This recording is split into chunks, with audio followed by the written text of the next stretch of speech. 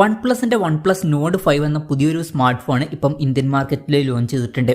ഈ ഒരു smart phone 32,000 രൂപ പ്രൈസ് റേഞ്ചിലായിട്ടാണ് വരുന്നത്. ഈ ഒരു വീഡിയോയിൽ നമ്മൾ നോക്കാൻ പോകുന്നത് OnePlus Nord 5 എന്നുള്ള സ്മാർട്ട് ഫോണിനെ പറ്റിയിട്ടാണ്. പിന്നെ വീഡിയോ തുടങ്ങുന്നതിന് മുമ്പ് പറയാനുള്ള ഒരു കാര്യം എന്താ വെച്ചാൽ, ഇതുപോലെ നിങ്ങളുടെ സ്വന്തം ഫോട്ടോ അല്ലെങ്കിൽ നിങ്ങൾക്ക് ഇഷ്ടപ്പെട്ട ഡിസൈൻ പ്രിന്റ് ചെയ്തിട്ടുള്ള മൊബൈൽ കേസുകൾ അഫോർഡബിൾ ആയിട്ടുള്ള പ്രൈസ് റേഞ്ചിൽ വേണം എന്നുണ്ടെങ്കിൽ ഇവിടെ ഒരു വാട്സപ്പ് നമ്പർ കൊടുക്കുന്നുണ്ട്. താഴെ ഡിസ്ക്രിപ്ഷനിലും കമന്റ് ബോക്സിലും ആ ഒരു വാട്സപ്പ് നമ്പർ കാണാം, നിങ്ങൾക്ക് കോൺടാക്ട് ചെയ്യാവുന്നതാണ്. അപ്പോൾ നമ്മൾ ആദ്യം ഫീച്ചേഴ്സും കാര്യങ്ങളൊക്കെ നോക്കുകയാണെന്നുണ്ടെങ്കിൽ ഡിസ്പ്ലേയുടെ കാര്യത്തിൽ 6.83 ഇഞ്ചിൻ്റെ 1.5K റെസൊല്യൂഷനിൽ വരുന്ന ഡിസ്പ്ലേ ആണ് ഇതിൽ വരുന്നത്. AMOLED ഡിസ്പ്ലേ ആണ് ഇതിൽ കൊടുത്തിരിക്കുന്നത്. പിന്നെ ഇതിൽ ഫ്ലാറ്റ് ആയിട്ടുള്ള ഡിസ്പ്ലേയും കാര്യങ്ങളൊക്കെയാണ് വരുന്നത്. പഞ്ചോൾ ഡിസൈൻ വരുന്നുണ്ട്. പഞ്ചോൾ വരുന്ന ടോപ്പ് സെൻറ്റർ ഭാഗത്തായിട്ടാണ്. 144 ഹെർട്സിൻ്റെ റിഫ്രഷ് റേറ്റ് ഒക്കെ ഇതിൽ സപ്പോർട്ട് ചെയ്യുന്നുണ്ട്. പിന്നെ 3000 ഹെർട്സിൻ്റെ ഇൻസ്റ്റന്റ് ടച്ച് സാമ്പിളിംഗ് റേറ്റ് എന്നുള്ള ഫീച്ചർ ഇതിൽ വരുന്നുണ്ട്. 10-bit ഡിസ്പ്ലേ പോലുള്ള ഫീച്ചേഴ്സും കാര്യങ്ങളൊക്കെ ഇതിൽ കൊടുത്തിട്ടുണ്ട്. ഏകദേശം 93.6% സ്ക്രീൻ ടു ബോഡി റേഷ്യോ ഒക്കെ ഇതിൽ വരുന്നുണ്ട്.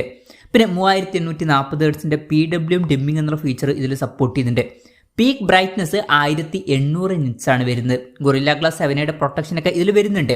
അപ്പോൾ ഡിസ്പ്ലേ ഫീച്ചേഴ്സ് മൊത്തത്തിൽ നോക്കുകയാണെന്നുണ്ടെങ്കിൽ ഈ ഒരു പ്രൈസ് റേഞ്ചിന് പറ്റിയിട്ടുള്ള അത്യാവശ്യം നല്ല ഡിസ്പ്ലേ ഫീച്ചേഴ്സ് ഇതിൽ വരുന്നുണ്ട് എന്ന് പറയാവുന്നതാണ്.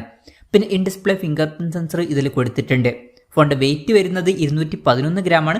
തിക്നെസ് വരുന്നത് 8.1 mm ആണ്. പിന്നെ IP65 റേറ്റിംഗ് ആണ് ഇതിൽ സപ്പോർട്ട് ചെയ്യുന്നത്. ഈ ഒരു പ്രൈസ് റേഞ്ചിൽ തിരക്കേടില്ലാത്ത IP റേറ്റിംഗ് എന്ന് പറയാവുന്നതാണ്.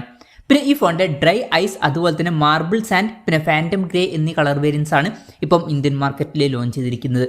ഇനി പ്രോസസ്സറിൻ്റെ കാര്യത്തിലോട്ട് വരികയാണെന്നുണ്ടെങ്കിൽ സ്നാപ്ഡ്രാഗൺ 8s Gen 3 എന്ന പ്രോസസ്സറാണ് ഈ ഒരു സ്മാർട്ട് ഫോണിൽ വരുന്നത്. 32,000 രൂപ പ്രൈസ് റേഞ്ചിൽ ഈ ഒരു പ്രോസസ്സർ എങ്ങനെയുണ്ടെന്ന് വെച്ചാൽ അത്യാവശ്യം തിരക്കേടില്ലാത്ത നല്ലൊരു പ്രോസസ്സറൊക്കെ തന്നെയാണ്. പക്ഷേ ബെസ്റ്റ് ആണോ എന്ന് ചോദിച്ചാൽ ബെസ്റ്റ് എന്ന് പറയാൻ പറ്റില്ല. കാരണം കോമ്പറ്റീഷനിൽ വരുന്ന പോക്കോ F7ലും അതുപോലെ തന്നെ ഐക്യൂനിയോ 10ലൊക്കെ ഈ ഒരു പ്രൈസ് റേഞ്ചിൽ സ്നാപ്ഡ്രാഗൺ 8s Gen 4 എന്ന പ്രോസസ്സർ തന്നെ വരുന്നുണ്ട്. അപ്പം ഈ ഒരു പ്രൈസ് റേഞ്ചിൽ ഇത് ബെസ്റ്റ് ആയിട്ടുള്ള പ്രോസസ്സർ അല്ല, എന്നാലും തരക്കേടില്ലാത്ത ആവറേജ് ആയിട്ടുള്ള പ്രോസസ്സർ എന്നും പറയാവുന്നതാണ്. പിന്നെ 5G സപ്പോർട്ടും കാര്യങ്ങളൊക്കെ ഇതിൽ വരുന്നുണ്ട്. 11ഓളം 5G ബാൻഡ്സ് ഇതിൽ കൊടുത്തിട്ടുണ്ട്. ഈ ഒരു ഫോണിൽ ബേസ് വേരിയന്റിൽ 8GB റാമും 128GB ഇന്റേണലാണ് വരുന്നത്. 12GB റാമും 256GB ഇന്റേണലുമായിട്ട് വരുന്ന വെർഷനും 12GB റാമും 512GB ഇന്റേണലുമായിട്ട് വരുന്ന ഒരു വെർഷനും വരുന്നുണ്ട്. പിന്നെ LPDDR5Xന്റെ റാമൊക്കെ ഇതിൽ കൊടുത്തിട്ടുണ്ട്. UFS 3.1 സ്റ്റോറേജ് ടൈപ്പാണ് ഇതിൽ വരുന്നത്. ഒന്നും കൂടി ബെറ്റർ ആയിട്ടുള്ള ഒരു സ്റ്റോറേജ് ടൈപ്പ് ഉണ്ടായിരുന്നെങ്കിൽ കുറച്ചും കൂടി നന്നായേനെ. പിന്നെ ഇതിൽ സൈഡിൽ ഒരു പ്ലസ് കീ എക്സ്ട്രാ കൊടുത്തിട്ടുണ്ട്. ഒരു എക്സ്ട്രാ ബട്ടൺ ആണ്, അത് യൂസ്ഫുൾ ആയിട്ടുള്ള ഒരു കാര്യമായിരിക്കും. പിന്നെ NFC സപ്പോർട്ട് ഇതിൽ വരുന്നുണ്ട്.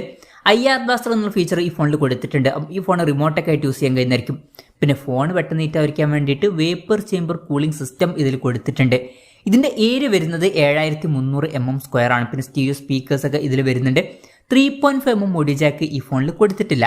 Android 15 ബേസ് ആയിട്ടുള്ള OxygenOS സോഫ്റ്റ്വെയർ ആണ് ഈ ഫോണിൽ വരുന്നത്. ഈ ഒരു ഫോണിൽ 4 കൊല്ലത്തെ OS അപ്ഡേറ്റും 6 കൊല്ലത്തെ സെക്യൂരിറ്റി അപ്ഡേറ്റ്സും കാര്യങ്ങളൊക്കെ ലഭിക്കുന്നതായിരിക്കും. പിന്നെ ക്യാമറയുടെ കാര്യം പറയുകയാണെന്നുണ്ടെങ്കിൽ ഫോണിൻ്റെ പിന്നിൽ ഡ്യുവൽ ക്യാമറ സെറ്റപ്പാണ് വരുന്നത്. 50 മെഗാപിക്സലിൻ്റെ 1.8 അപ്പേഴ്സിൽ വരുന്ന മെയിൻ ക്യാമറ സെൻസറാണ് ഇതിൽ വരുന്നത്. ഇത് സോണി LYT700 സെൻസറാണ്. OSന്റെ സപ്പോർട്ട് വരുന്നുണ്ട്. പിന്നെ 8 മെഗാപിക്സലിൻ്റെ f2.2 അപ്പേഴ്സിൽ വരുന്ന അൾട്രാ വൈഡ് ആംഗിൾ ലെൻസ് വരുന്നുണ്ട്. ഇതിൻ്റെ ഫീൽഡ് ഓഫ് വ്യൂ വരുന്നത് 120 ഡിഗ്രിയാണ്. പിന്നെ ഫ്രണ്ടിൽ 50 മെഗാപിക്സലിൻ്റെ f2.0 അപ്പേഴ്സിൽ വരുന്ന സെൽഫി ക്യാമറയും വരുന്നുണ്ട്. അപ്പോൾ തിരക്കേടില്ലാത്ത ക്യാമറ സ്പെസിഫിക്കേഷൻ വരുന്നുണ്ട് എന്ന് പറയാവുന്നതാണ്. പക്ഷേ ഇതൊരു ക്യാമറ ഫോക്കസ്ഡ് ആയിട്ടുള്ള ഫോണൊന്നും അല്ല. പൊതുവേ ഈ ഒരു പ്രൈസ് റേഞ്ചിൽ ക്യാമറ ഫോക്കസ്ഡ് ആയിട്ടുള്ള ഫോണുകളൊക്കെ ആണെന്നുണ്ടെങ്കിൽ ഒരു എക്സ്ട്രാ ടെലിഫോട്ടോ ലെൻസും കൂടി കാണാറുണ്ട്. അതൊന്നും ഇതിൽ വരുന്നില്ല. എന്തായാലും ആവറേജ് ആയിട്ടുള്ള തിരക്കേടില്ലാത്തൊരു ക്യാമറ സ്പെസിഫിക്കേഷൻ ഇതിൽ വരുന്നുണ്ട് എന്ന് പറയാവുന്നതാണ്. ബാറ്ററിയുടെ കാര്യത്തിൽ 6800 mAhന്റെ ബാറ്ററി ഇതിൽ വരുന്നുണ്ട്. വളരെ കൂടിയ ഒരു ബാറ്ററി കപ്പാസിറ്റി ഇതിൽ കൊടുത്തിട്ടുണ്ട്. അത് നല്ലൊരു കാര്യമാണ്. 80 വാട്ടിൻ്റെ ഫാസ്റ്റ് ചാർജിങ് സപ്പോർട്ടും വരുന്നുണ്ട്. നല്ലൊരു ചാർജിങ് സ്പീഡാണ്. പിന്നെ Type-C ചാർജിങ് പോർട്ടും ഇതിൽ കൊടുത്തിട്ടുണ്ട്. അപ്പം അത്യാവശ്യം നല്ലൊരു ബാറ്ററി സെറ്റപ്പ് തന്നെ ഇതിൽ വരുന്നുണ്ട് എന്ന് പറയാവുന്നതാണ്. അപ്പം ഇതൊക്കെയാണ് മൊത്തത്തിൽ ഫീച്ചേഴ്സിനെ പറ്റി പറയാനുള്ള കാര്യങ്ങൾ. ഇനി വിലയുടെ കാര്യം പറയുകയാണെന്നുണ്ടെങ്കിൽ 8GB റാം 128GB ഇന്റേണൽ വെർഷൻ്റെ വില വരുന്നത് 31,999 രൂപയാണ്. 12GB റാം 256GB ഇന്റേണൽ വെർഷൻ്റെ വില വരുന്നത് 34,999 രൂപയാണ്. 12GB റാം 512GB ഇന്റേണൽ വെർഷൻ്റെ വില വരുന്നത് 37,999 രൂപയാണ്. ജൂലൈ 9 മുതലാണ് ഫോണിൻ്റെ സെയിലും കാര്യങ്ങളൊക്കെ സ്റ്റാർട്ട് ചെയ്യുന്നത്. പിന്നെ ICICIയുടെ അതുപോലെ തന്നെ RBL ബാങ്കിൻ്റെ ഒക്കെ കാർഡ് യൂസ് ചെയ്യുകയാണെന്നുണ്ടെങ്കിൽ 2000 രൂപയുടെ ഓഫും കാര്യങ്ങളൊക്കെ ലഭിക്കുന്നതായിരിക്കും. എന്തായാലും ഓവറോൾ നോക്കുകയാണെന്നുണ്ടെങ്കിൽ ഈ ഒരു പ്രൈസ് റേഞ്ചിൽ ഇതിൽ അത്യാവശ്യം തിരക്കേടില്ലാത്ത ഫീച്ചേഴ്സൊക്കെ വരുന്നുണ്ട് എന്ന് പറയാവുന്നതാണ്. അപ്പം അത്യാവശ്യം തിരക്കില്ലാത്ത നല്ല ഡിസ്പ്ലേ ഫീച്ചേഴ്സും നല്ലൊരു ബാറ്ററി സെറ്റപ്പും കാര്യങ്ങളൊക്കെ വരുന്നുണ്ട്.